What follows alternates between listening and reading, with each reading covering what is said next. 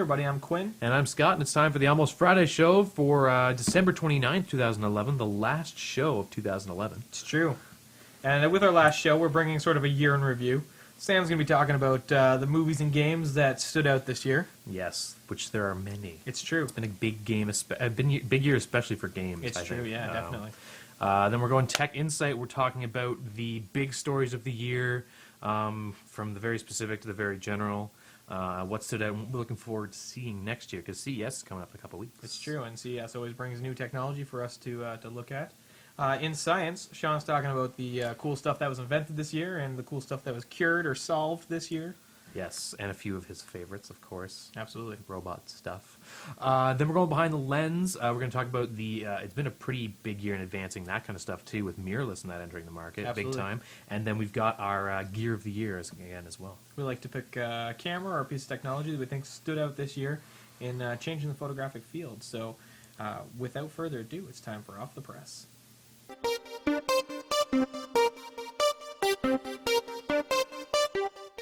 Hi everyone, and welcome to the last episode of Off the Press for the year! Woo!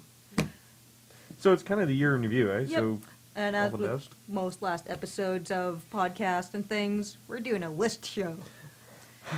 And we're going to start off with top movies of the year, according to us.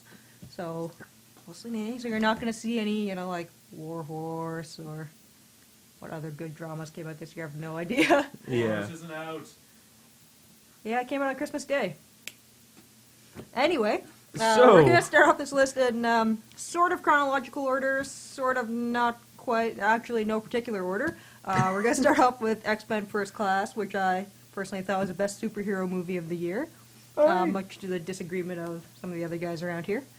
You know what? It was a really good movie. Mm-hmm. I was really impressed with it myself, because I have always wanted to know kind of a little bit of a backstory Yeah. between Magneto and Xavier, but in the sense of where did their friendship and then Nemesis ship come Yeah. from.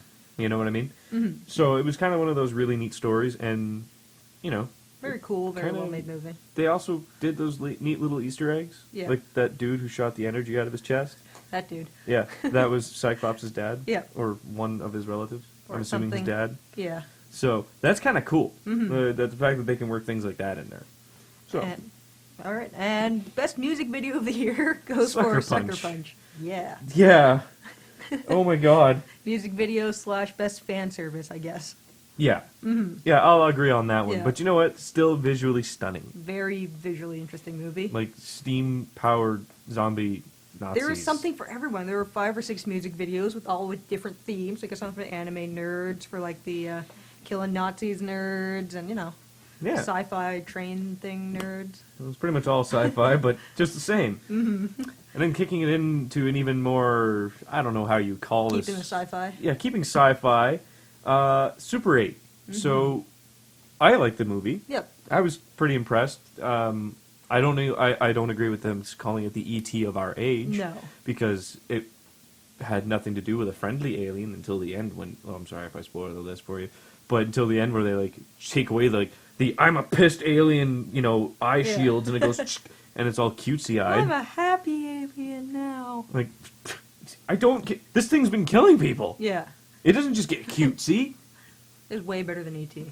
Like, way better. Yeah, Yeah. I'll give it that. Mhm. Pretty good, though. Yes, definitely. Viral videos associated with it were really good. Yep. Like, it really made you sit there and go, damn, this is good And the- found footage. And the child actors that they picked for that movie, Really perfect. perfect, Yeah. actually. It was really fun, especially because when they're doing the film, Mm-hmm. because we've done some short films, of course, as a group, going through it and be like, ha, yeah, I remember we had trouble with that, too. Things like that. Yeah. So that was a good movie, too. And keeping up again with the sci-fi, Rise of the Planet of the Apes. Another good movie. I went to this thinking I'd be like, I don't know, maybe it's going to be too close to 2001, but no, they actually pretty much disregarded that movie. Yes, and they were like, okay, there's a prequel to the 1960s movie. That's it. like- That's all. Oh, what's that? Tim Burton made one with Helena Bonham Smith, Carter. Bonham Carter still in it. Oh, yeah, we're just gonna put a nice nappy over that. Yeah, it's like, oh, that one. Yeah, So Charlton Heston, yeah. yeah. Just kind of shove that off the table. There we go. I like that one. Yep. So, and then coming up also with Yep. more sci-fi but aliens now. Yes. Is Attack the Block. which I never saw. which was a movie made in The UK? England about aliens attacking a an apartment block, so like inner city Okay. kids versus aliens. Fun stuff. Okay. It's fun. It's sci-fi. Scott hated it, but it's crazy. And then wrapping it up for the movies of this year is The Yeah. Adventures of Tintin. Which is I just saw it the other day, but it's definitely got my vote for best animated movie of the year. Even from mocap? Even for mocap, because it definitely got rid of the cold dead eyes thing that Polar Express had.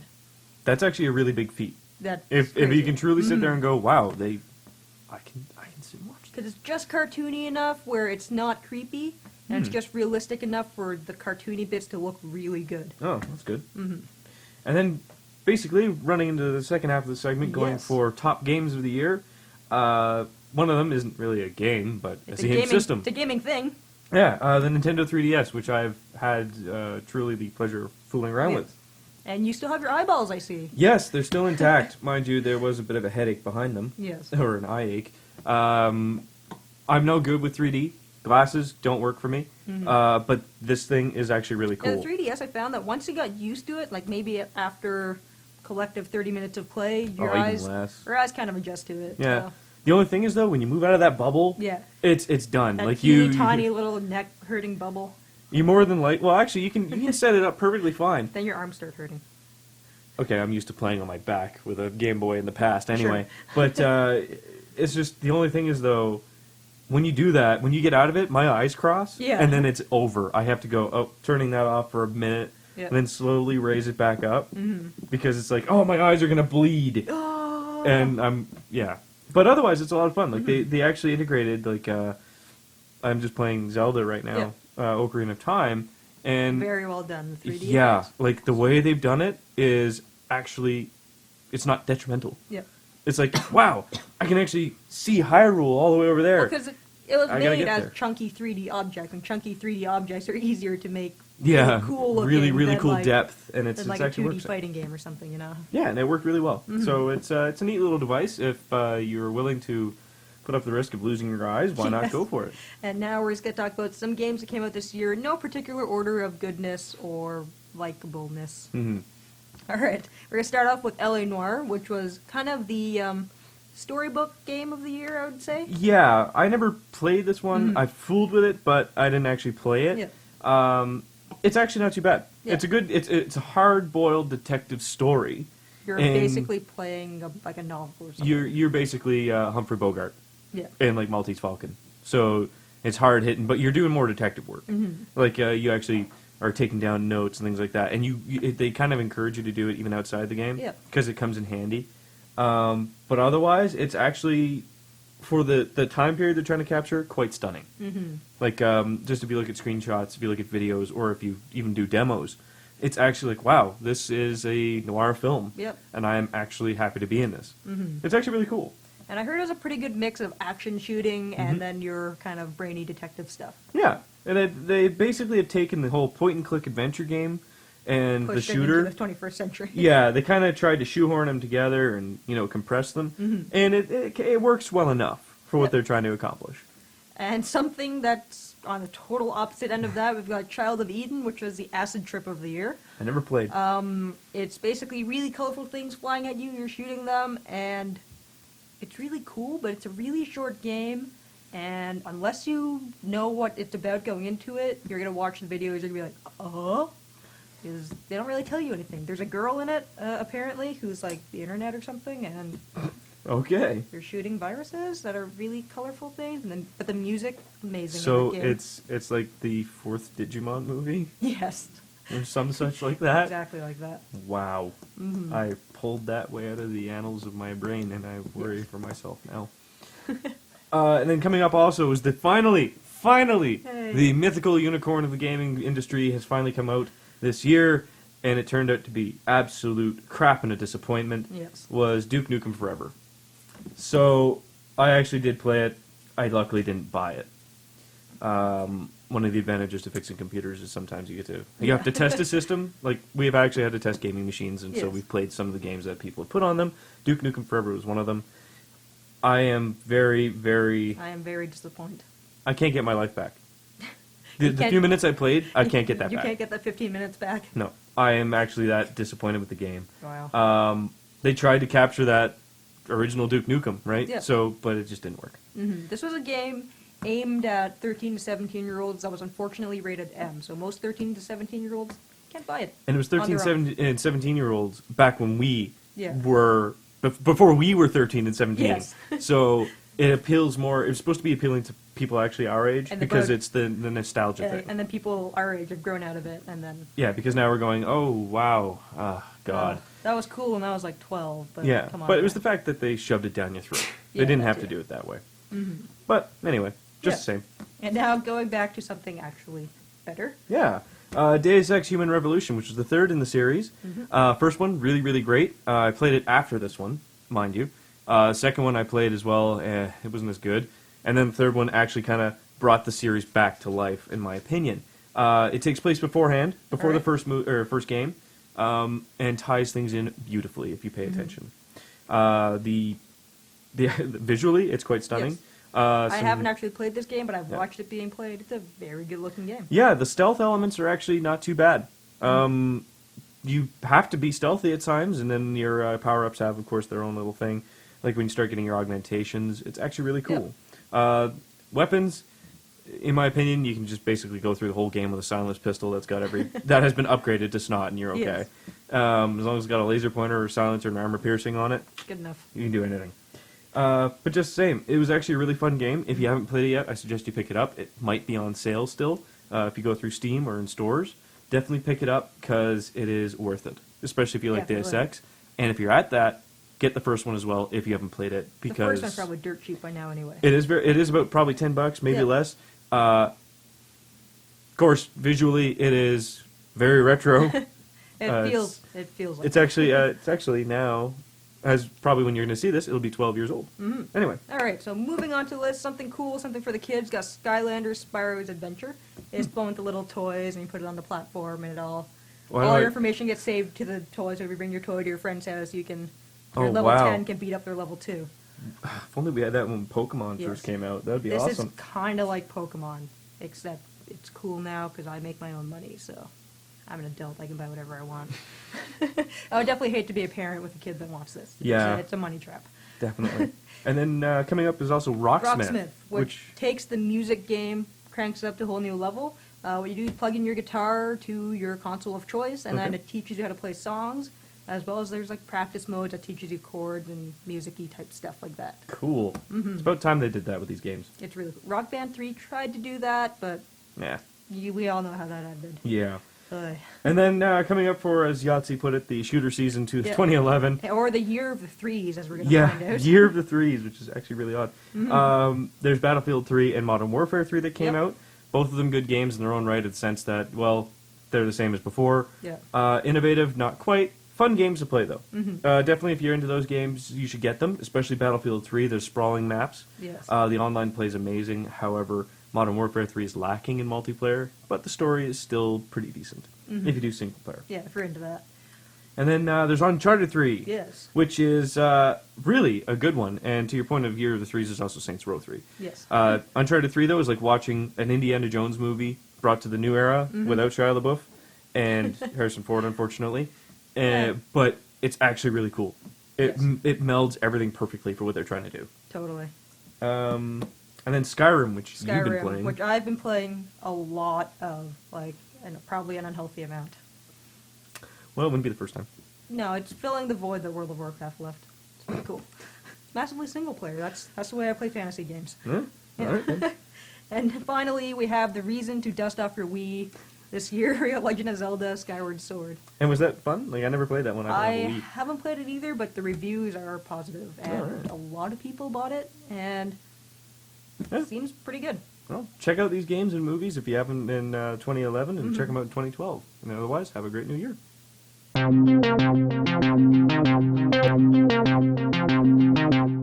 everybody, welcome to Tech Insight. Starting off with our wrap-up year, some Apple news, because the big thing this year was that Steve Jobs passed away. Yeah, so we were very excited when he came back into active work with the company after being taking a step back for health reasons. For sure. He had the surgery and all that, and then unfortunately, it just it won over him, I guess. It's a big loss to the tech world because he's been there since day one pushing something. Absolutely. And he's been pushing crazy ideas since the 80s. And I mean, especially if we look at the way consumer products are built now, even looking at things like microwaves and stovetops and stuff, there's a lot that can be derived from the images and designs that Apple have created over the last decade for sure. So yeah, not to mention the impact he's had on the mobile space and the emerging tablet market. Absolutely. Not that it was just Steve Jobs, but no, of course he has a great team of designers and Yeah. engineers underneath him, but I it definitely takes a think man to lead a company. it's definitely going to be a new Apple going forward because he was a very hands-on CEO. For sure. Which, if you compare to a much larger company like Microsoft, you can't possibly be a hands-on CEO. But Steve managed to do it. So Tim Cook stepped in as CEO this year. I think Tim Cook's been with the company a long time, and Absolutely. I read quite a bit about him when he became CEO, and he's actually very impressive himself. He takes no guff. He works harder than everybody else, and he basically revolutionized supply chains, which is why Apple is revered for that kind of thing, which I didn't even know. So I think he's a good man to go forward. Whether he has the vision or not, I don't know, but I mean, Johnny Ive's still around, and a lot of those other guys who developed the iPad and the iPhone are still with the company. So I think it'll be a different Apple. And I don't think we'll quite see. I think the iPad 3 probably had a lot of Steve. In Absolutely. It, I think the next year of products is probably Yes. going to be stuff that was almost already in the can. Yeah. And we probably won't start seeing Apple without Steve until a year or so from now. Yeah, but it will be interesting to see, how it progresses forward, whether they still make those bold decisions in the market and things like that, like they've done with their, developer agreements and things like that. Apple also had a very successful year this year with the iPad 2 launch, which is #1 selling tablet of the year.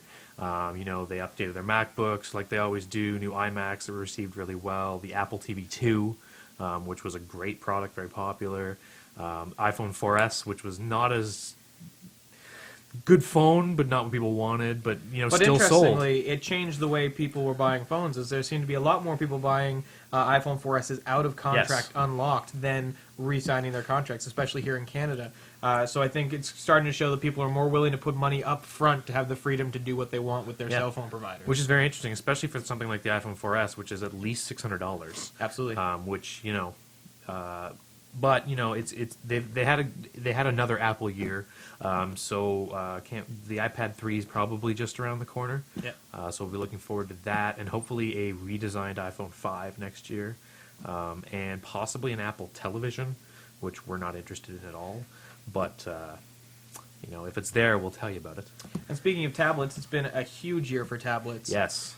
Seeing Apple come from about a 98% market share to about a now 60% market share, they're still definitely dominating the field, but there's been a lot of newcomers That's and significant, a for lot sure. of Android tablets that are now stepping up and offering the same types of performance and functionality that we were getting out of the iPad. I think by the end of this year, late summer, early fall, we finally started seeing Android competitors that were worth the $500 you could use to buy an iPad. Yeah. Beginning of the year, everyone was just making some kind of tablet, and they weren't thinking it through, and it was, like the Zoom One.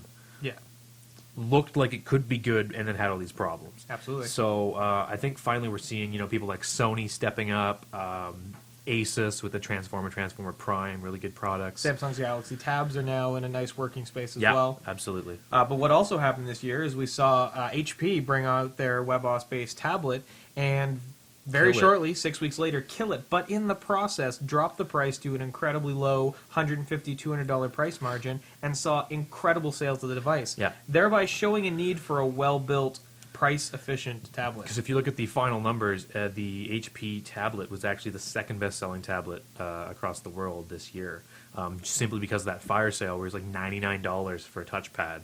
Like, you're stupid not to buy one, really. Because even if it doesn't live up to your expectations, it's not a $500 tablet. It's $100. I have one. I love it. I still use it all the time. Yeah. And WebOS is still getting upgrades. And once it goes open source, which they did announce, that will be great. And HP's have been in talks about possibly reinvestigating that Yes. after they saw how much people were interested in a tablet at that price point. I think HP might revisit the tablet with WebOS. I don't think we'll see any more WebOS phones. I agree. Which is probably not that big a deal because, to be honest, no one has a pre-3 because Although I am sad of the death of the Pre-3. because they they built all the phones and then they were like, oh, we're killing it. So interesting by HP, but it shows that the demand for the tablet's there. if the price can come down, because $550 for an entry iPad is not an approachable price. No. $299 is an approachable price. $199 is an approachable price. But because of the HP tablet, we saw at one of the mobile electronics conferences later this year, we saw a bunch of $100 to $200 price tablets come That's out. Most importantly, the Amazon Kindle Fire coming in at $200, Yep. but offering a full Android tablet experience. Yeah, so that's, it's a little smaller than your iPad, 7 inches, but it's a really interesting product because, Amazon branded it Kindle, which I think is very important to look at Yeah. because they redid their whole Kindle lineup when they announced the Fire. So, their cheapest Kindle's like $80 now as Yeah. opposed to $200 a couple of years ago. So, the whole e-reader thing has really secretly become a giant market. Like It's see true. them- We've seen a large rise in the amount of e-reader sales out there and the amount of purchased digital books. I see them all over the place, e-readers now, like taking the bus and going downtown to coffee shops and stuff. All over the place, e-readers. More than tablets, and I think that's because they're really cheap. They are. And the battery lasts forever, and they're good in every, so... And the screens are a lot more efficient for reading content. Absolutely. But if you want that color content, you want to look at your magazines on the go and things like that. Occasionally want to browse some web. Absolutely.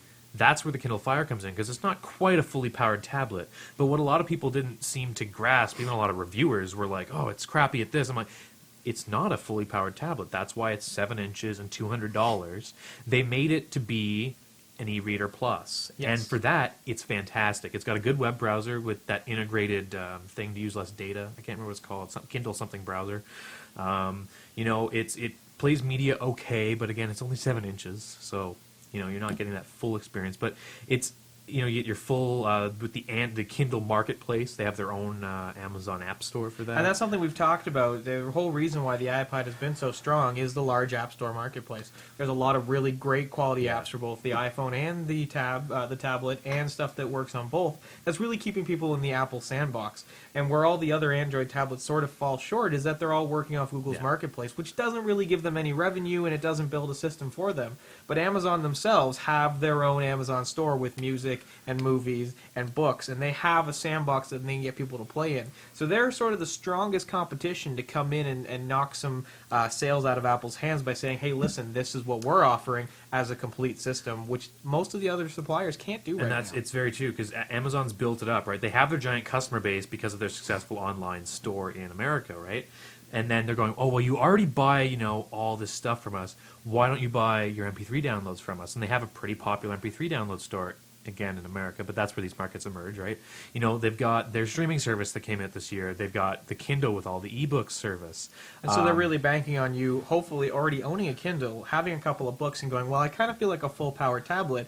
Why don't I get something that's just going to, out of the box, work with all my Kindle books? You're already an Amazon Prime member. You buy everything, including your toilet paper from them.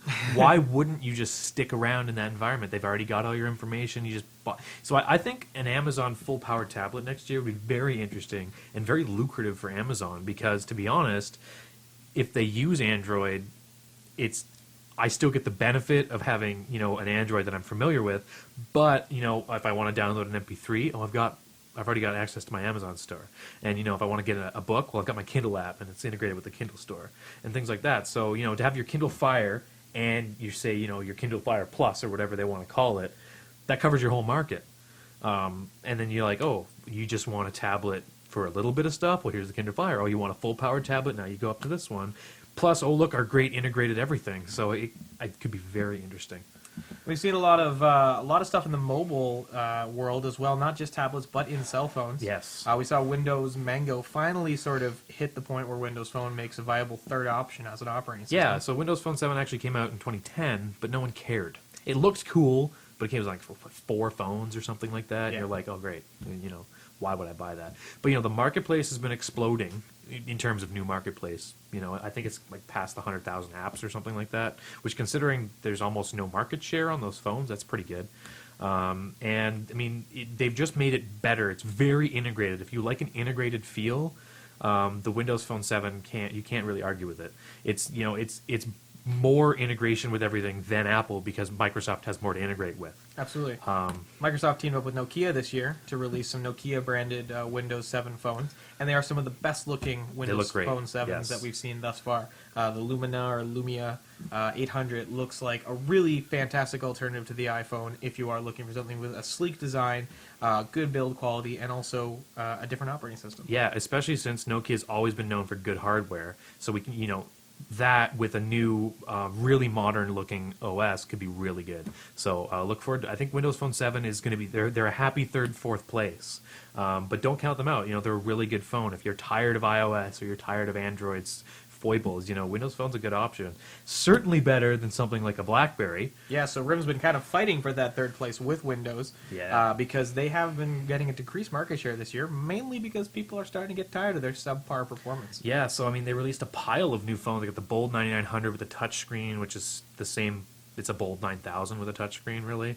They got the what was that, Torch? The Torch? Yes. Which I actually like the form factor of, but it's underpowered and has to run BBS or BBOS 7, which is not great. The browser still sucks. The touchpad they sunk tons of money into and crippled it via only the software they ship with it. There's no native email, no native calendar. They had a bunch of service outages this year as well, Yes, they which did. is pissing a lot of people off.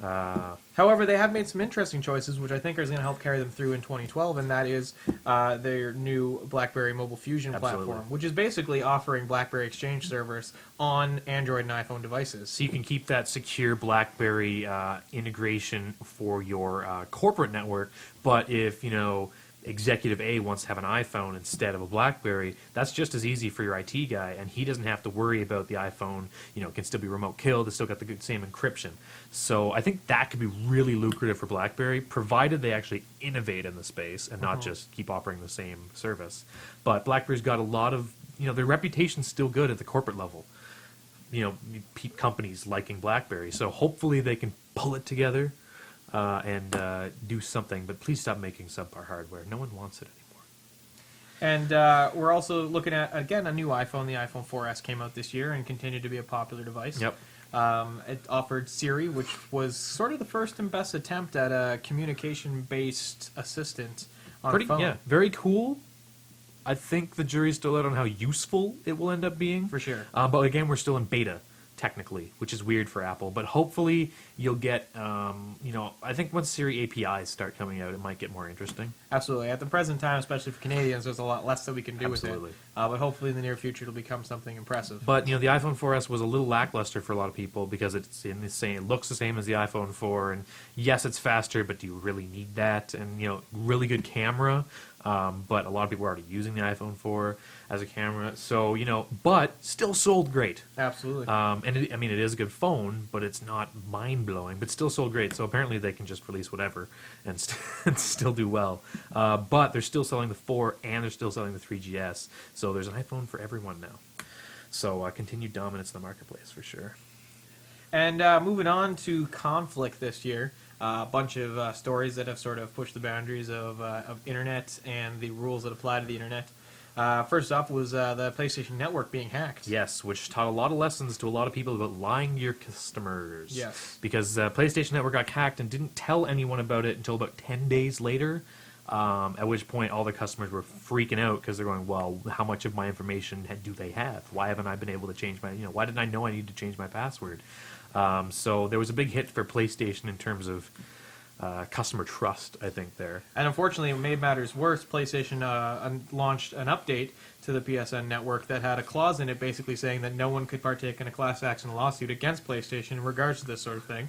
And if you didn't agree to it, you couldn't continue using your PlayStation. Which is- Sony's been doing a lot to piss off their customers, unfortunately. Unfortunately, that's the way the whole PlayStation is designed. Oh, you want to do this? Well, you have to do this. Or you can't, oh, you want to play this game? You have to install a bunch of crap. Yes. Oh, you want to play this game? You have to install the update. So, not new, but I think a lot of other companies learned from Sony's mistake because a lot of other, small hacks came to light because of that and got a little more press than they might have normally. So there's more pressure on companies to be very straightforward. Yes, it happened. We're working on it, please change your passwords. And also for companies to pay more attention to how their security systems are in Absolutely, place. because you're holding on to a lot of personal information, and identity fraud is a huge deal, especially these days when so much of us is invested everywhere online. So I think that was definitely come to light, and hopefully the companies will take a little more time putting that together. And speaking of personal information, WikiLeaks was the big thing this year. Yeah, Where they announced a whole bunch of information about governments and their ties to other governments and all the things that happen behind blacked out conferences. and it gets very confusing because WikiLeaks is run out of some other country, but they're releasing documents about America. So can the Americans actually do anything about it because this guy's actually in Sweden or whatever? And it got very complicated very quickly. And to be honest, a lot of that, no matter what you think about how the political system runs, people are still people. They're going to have their private opinions that don't necessarily need to be known by everyone, because that'll just ruin negotiations. For sure. Just because I hate you doesn't mean we can't settle something. So for that all to come to light the way it did, I think was a little kind of a dark hour for the internet. For sure. As opposed to it being a force for positive information sharing, it was more of a force for manipulative information sharing. And I mean, it's still not gone away. They're still talking about new documents they're going to put out and stuff like that. So, very, very interesting development for sure. And if leaked information isn't your thing, how about suing everyone on the face of the planet? Yeah, that's right. So Microsoft's suing 18 million people, and Apple's suing the other 18 million, and then they're suing each other 3 or 4 times. So the whole patent system is just messed up in America, or even around the world, because in Germany Motorola is suing Samsung, and then in China Samsung's suing Motorola for the same thing. And then in Australia, they're both suing Apple. Yeah, for something completely different. And then so I can't buy an HTC phone in America, but I can still buy the same phone in Germany, even though they have the patents both registered. It doesn't. It's very complicated. I don't like following it. Because it's just the patents are the stupidest things. You'll just end up with Sherlock Holmes rooms with a whole bunch of strings going everywhere. And you're just like, okay, so I'm suing you over a really basic feature that you really shouldn't be able to patent, but you have, so you can be sued. I don't know. It's been insane, and a lot of the tech news has been that, and that's not why I want to follow tech news. I'm more excited about what we're doing and pushing boundaries and things like that. Not who we're suing because they came up with something interesting. Yeah, because that's how you stop innovation. You're like, no, only I can do that. If you have something better to do with it, you pay me to license it, then you can do it. And It's been said that a lot of potential cures to health issues are stopped by the fact that multiple companies own different patents to a whole system that might be required to do something. yeah, it's a problem. So hopefully we'll see some advances. I doubt it in the next year, but we can always hope. Congress doesn't like to change things much. Congress doesn't know what's going on with this kind of stuff. And to Congress be- also doesn't really understand what the internet is. Well, no. And the problem is with a lot of these patents, they're very technical, to the point where like even you and I don't really know what they're talking about, and we're pretty technical. So it gets who's going to make the decisions on this? Well, no one can explain to the people who can make the decisions, so they just don't care. For sure. So it's an interesting situation. Hopefully, a remedy in 2012. And finally, our big security issue this year was Carrier IQ, a company that was putting some metrics on phones to be able to track what you were doing. And when it was found out, a lot of the American telecom companies were like, yeah, we use it. We're going to turn it off now that you've found out, though. I found it the only reason I put this in, because this story literally exploded everywhere as soon as it broke, and it was on like every page. It was on mainstream news, and I didn't think it was that big a deal at the time, because this has been going on for years. It has. But no one knew about it, and then all of a sudden they And found now we had a out. company to blame for it. That's well, I mean, and I feel bad for the company because they're just making software. They're like, we make software that does this. The companies you bought phones from decided to buy our software. Yeah, or your carriers, you Yes. know. And it's not my problem what they're doing with my it's their information. Carrier IQ doesn't see the information. They go, Yeah. here's a piece of software that'll be $50 or whatever, right? So they get attacked, and then all the Canadian carriers aren't using it. Yes. Or at least that's what they said until a couple of people found it on their phones and they said, oh, well, yeah, sorry, those ones have it, but we don't use it. For those phones, who has those phones? Yeah. Yeah, but the American carriers are like, yeah. How do you think we get network data? And then so the American carriers decided they were going to turn it off. But then the government stepped in and said, no, we use it. We're just not going to tell you what for. Which wasn't a good statement. No. No. Someone's really got to hire a different PR person for the American It got government. really concerning because some people were like, look, it's for network metrics. We want to know how you're using your phone so we can, make better phones, and we want to know how you're using the network so we can run the network better, which is an important aspect of running a network, especially complicated wireless networks, right? For sure.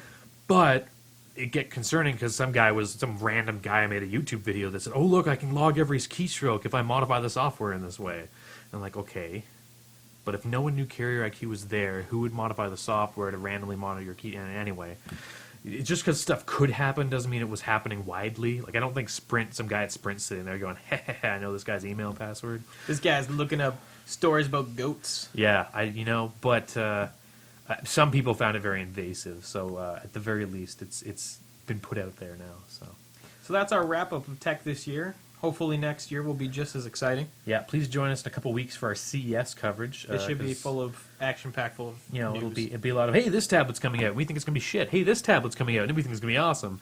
I want to do some kind of like rapid fire random stuff to get through as much stuff as possible with telling you as little about it. Just cover more. That's how we roll. Yeah. Tell you a lot, but a little bit. But we're not going to be there, That's so we can only tell you what other people have told us. So we might as well just lie about it, really. Absolutely. And that brings us to the end of Tech Insight for this week. It's kind of alive! Nah, it's still dead. Oh. Everyone, welcome to Mad Science, the last one for this year. As for the rest of the show, we're going to do a little bit of a listing this time Or around. sort of more of a best of, or the cool stuff that we found this year. Yeah, and things that I really found interesting. Once again, as it has been the last few weeks, there's no robots. Because there's been really cool robots out there, like Petman, so there's your one. Or the Asmo 2. Or the Asmo 2. I can't remember the other one, though, that was able to recognize itself in a mirror. Oh, yeah. I can't remember his name, but he's been in the news again, because they put it against... Anyway. Anyway. So we're going to just kick it off with a little bit of a list here. So the first thing that I want to mention was, of course, the Matrix, download of information to the brain. Yep. I believe that was in the last news show the week before. Yeah, it's very recent news. It kind of closed out a lot of science for 2011 because it was just awesome news to hear that we can actually start imprinting information on the human brain. Excuse me, and that is to say we're not, writing "I was here."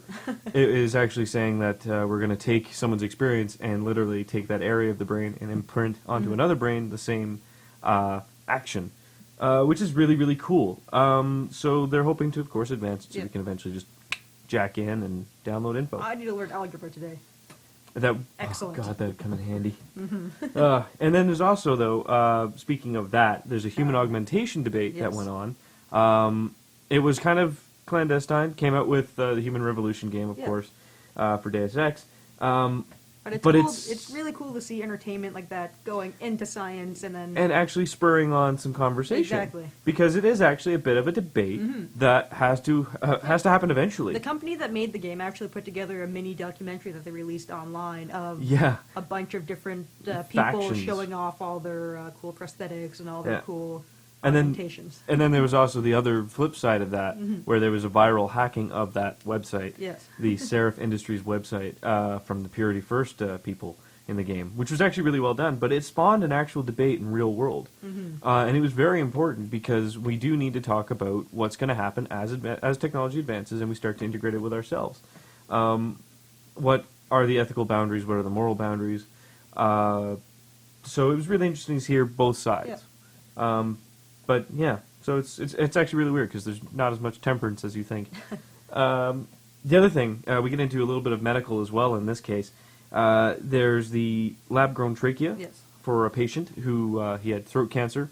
Specifically, it was isolated to his trachea. They said, well, let's remove it. Took that out. They grew him a new one with his stem cells and all that in the lab. Yep. Fully functional. Put in the replacement part. He's still doing really well. Then, big news. Really big news in the medical industry with Cuba. And actually, there's two of them I should mention. yeah. There's Cuba, who came up with a lung cancer halting medicine. Yeah. So it just stops it. It doesn't cure it, but it kind of prolongs your life in the sense that it doesn't allow the cancer to spread. Yeah. Which is really, really cool because that means that it Now, gives I you more don't time. think this one is in human testing Um, yet, but it's getting close. To It, that in point. fact, I believe is. is. Okay. But it's a very, very, very isolated, very, very closed it's test. Cuba. It could be in human testing. Actually, their medical ethics board is really great. All right. Yeah, you can't argue with that. It isn't No. Russia, which is Yeah. literally a true thing. But then after that, they came up with a way of actually stopping the flu virus, influenza, Yeah. of every strain, which Interesting. also gave a rise to stoppage of, I think, HIV. Because what they found out, there's a specific protein that all cells have, and if your body's low on it, which generally it is, we get sick. That's how your cells get infected by viruses. Yeah. So by essentially artificially pumping the body full of it, your cells are impenetrable to viruses, which is huge because that means that no matter what, no virus can get in, Yep. and there's no immunity that virus can work up to get through. It's actually really cool. So the virus gets in the system, but back in the days when Mac didn't get really all that many viruses, a Windows virus would sit on it and be like, I don't know where I am. Oh my god, this place is weird. What's going on? Yeah, what the hell is that? And that's what it would do. That's what would happen with that influenza virus. So that's really big news. And then into, I guess, really more of if you're into journals, Yeah. the Royal Society has posted all their journals. Yes. So I don't know about you, but I've always wanted to read Sir Isaac Newton's work I'm papers. super pumped about that. Yeah, and it's free. It's free. If I remember correctly, it is free, and they have everything up there now from all Everything. time. So this is huge. Even if you're not a science nerd, you're a history nerd. Yeah, Awesome. history nerd, math nerd, do whatever you want, nerd. It's in there. They also created what I like to call is the mithril. Yes. The super light, super strong. well, not so much super strong, but pretty good strength, but super light. Yes. There's a picture of it. It's this little brick of It's a metal little- mesh. It looks like a wafer. Yeah, It's a little wafer. It's a little wafer, and it's sitting on top of a dandelion puff, like just not even compressing it. It's really cool. And then 2 more stories to wrap up the year. Yep. Blinky, the three-eyed fish from The Simpsons, has been discovered In Argentina. in Argentina, and Conveniently enough, close to a nuclear power plant. yes, where some gentlemen were fishing, and they ended up pulling this thing aboard. The reason why I mention this is, one, it's kind of a big thing. It's Yeah. really neat to see that there's actually a three-eyed fish out there. Even better, the press in Argentina, Argentina, the Argentinian press Yes. did not. Blame the nuclear power Yeah, plant. they didn't overtly go out and say it's the nuclear power And plant. most of the articles I read, the fact that it was near a nuclear power plant was kind of a, oh, by the way, this is there. Yeah, like and, it was. And then going back to this cool thing. Yeah, like it was. They didn't care. It was one of those things where it's like, no, you know what? Yeah. Let's not draw the attention to that. I believe Specifically, one of the fishermen that were interviewed said that it could be from the nuclear power plant, but it also could be some freak mutation. We're gonna send it away for tests before going and saying anything. Absolutely, and it was very smart that Yeah, I'll which is a say good, a regular folk out there did that. Which is a really good attitude to have towards these sort of things. Exactly, especially because nuclear energy has taken a big hit this year because of Fukushima, which we shouldn't forget.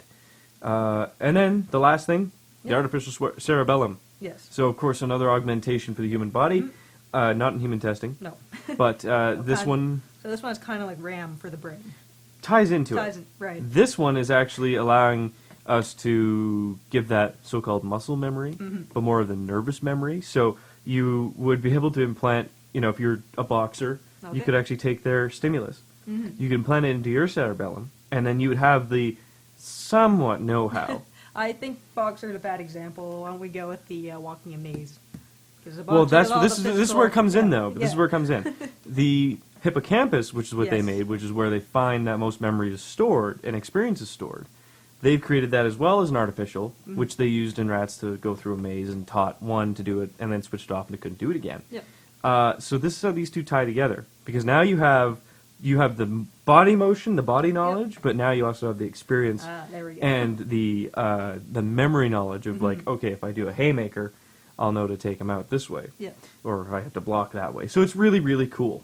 Yeah, boxer's kind of a poor example. Yeah.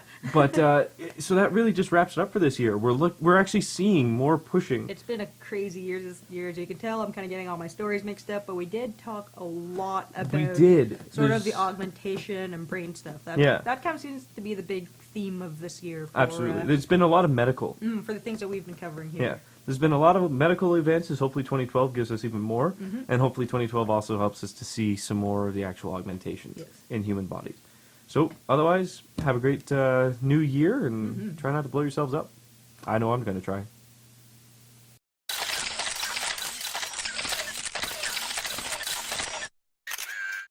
Welcome to the last Behind the Lens for 2011. We're going to do a quick year review, and then we're going to tell you about our gear pick of the year. It's been a very interesting year in the camera market. Mirrorless has really hit its stride. Everyone, more or less, has a mirrorless system in Canon. DSLR video has become... It's going exponentially now almost, because, it was really big last year, but now...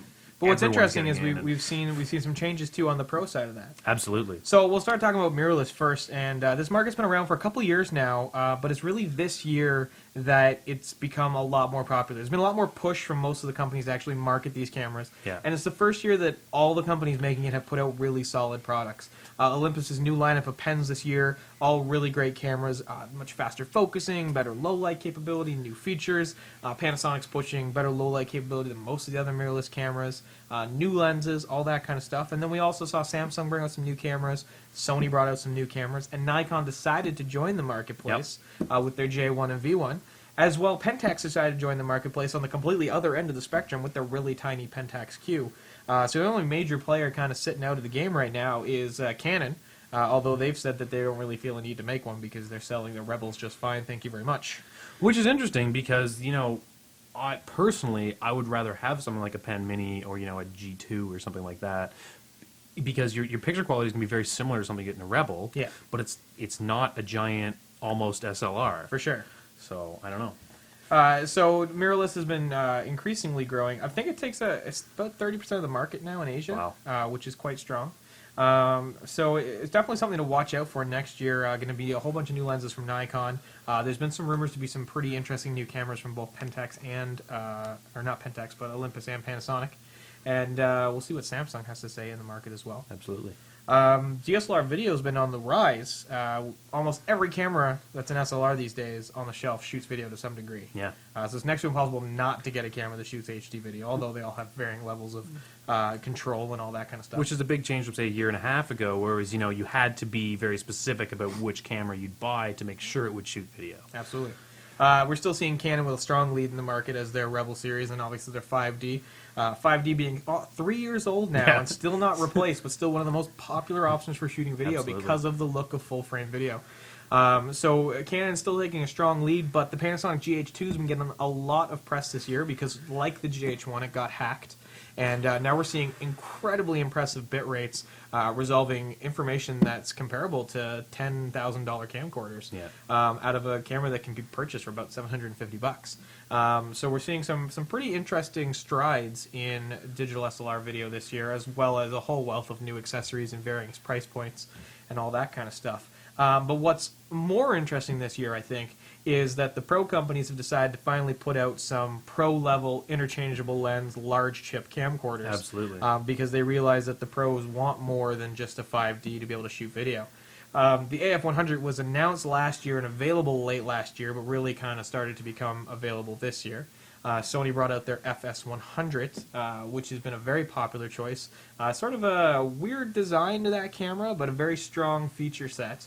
And then the big news this year, which happened just recently, was Canon bringing out their C300. Absolutely. Which is a camera that goes for about $15,000, so it's definitely high on the price scale, but it's offering nice sort of smaller form factor while having, proper audio recording and proper monitoring and amazing low light capabilities. And we also saw Red bring out a more budget-based Scarlett X this year for around the $10,000 to $15,000 mark as well, which is low for a Red camera. Absolutely.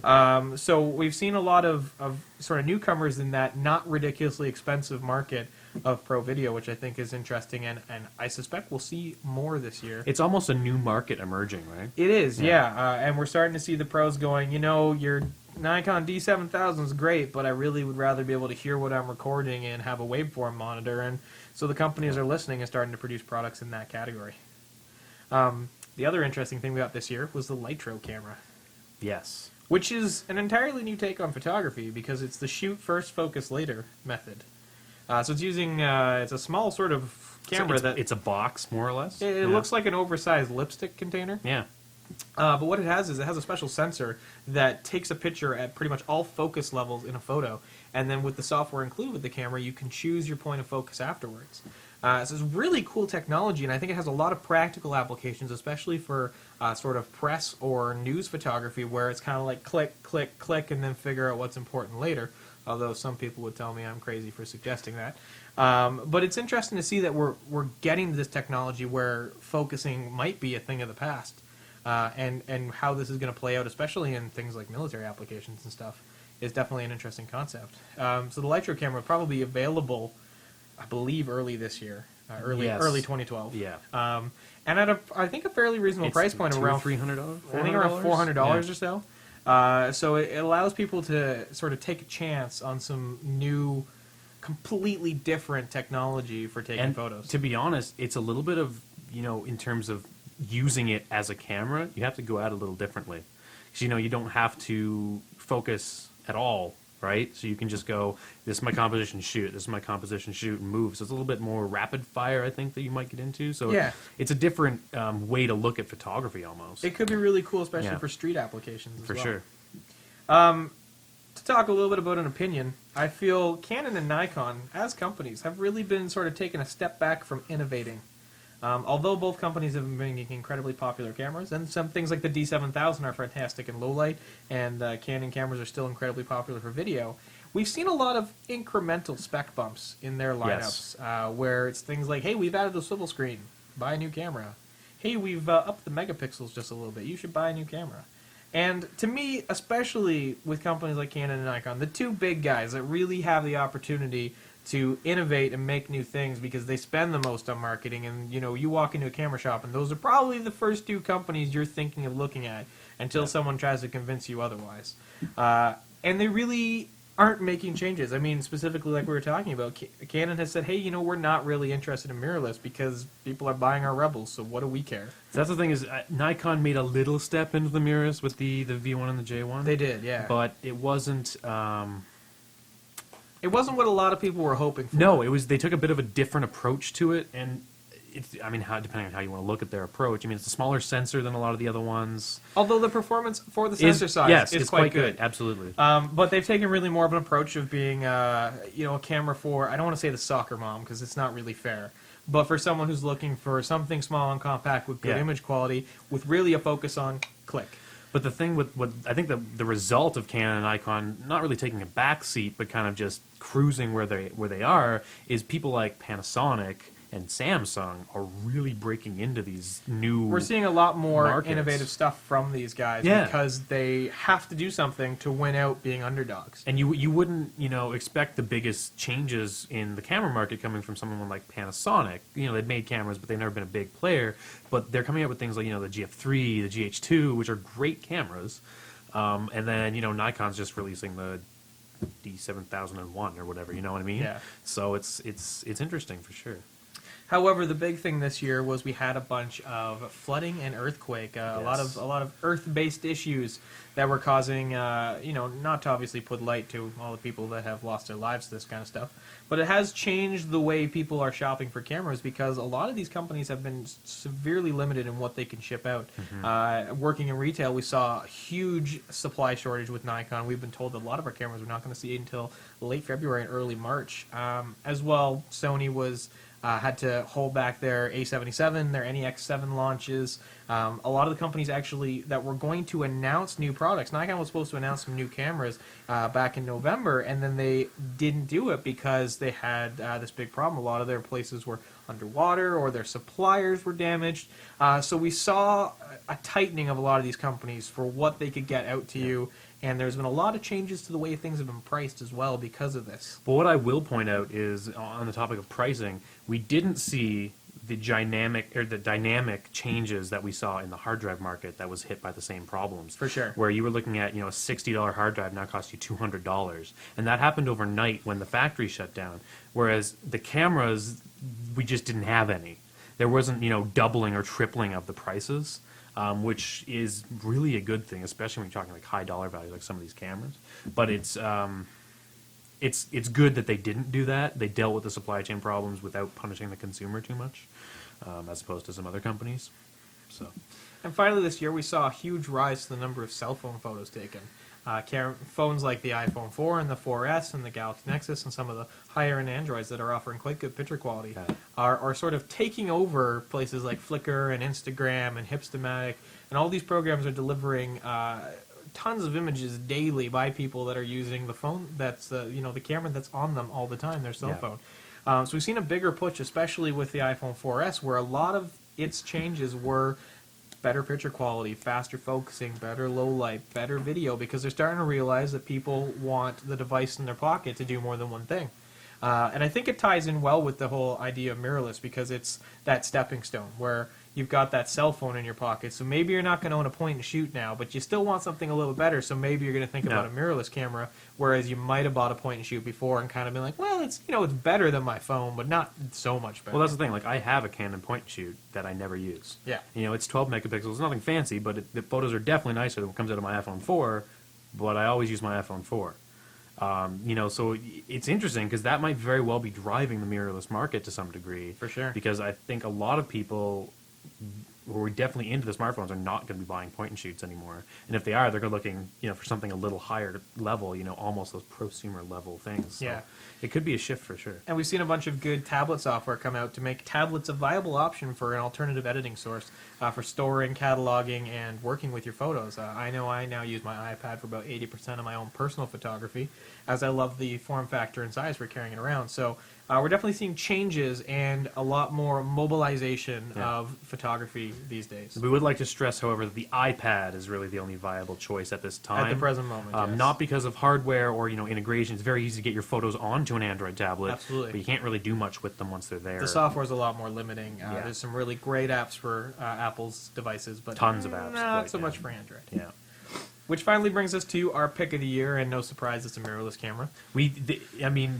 And we picked a mirrorless camera last year, and Yeah, the we fact did. of the matter is because, like we said, we really feel like they're pushing the envelope more than anybody else is these days. Definitely. In terms of innovation and, bringing an actual new product as opposed to just, bumping up something else that already exists. It's definitely one of the best. So our pick this year is the Olympus Pen Mini.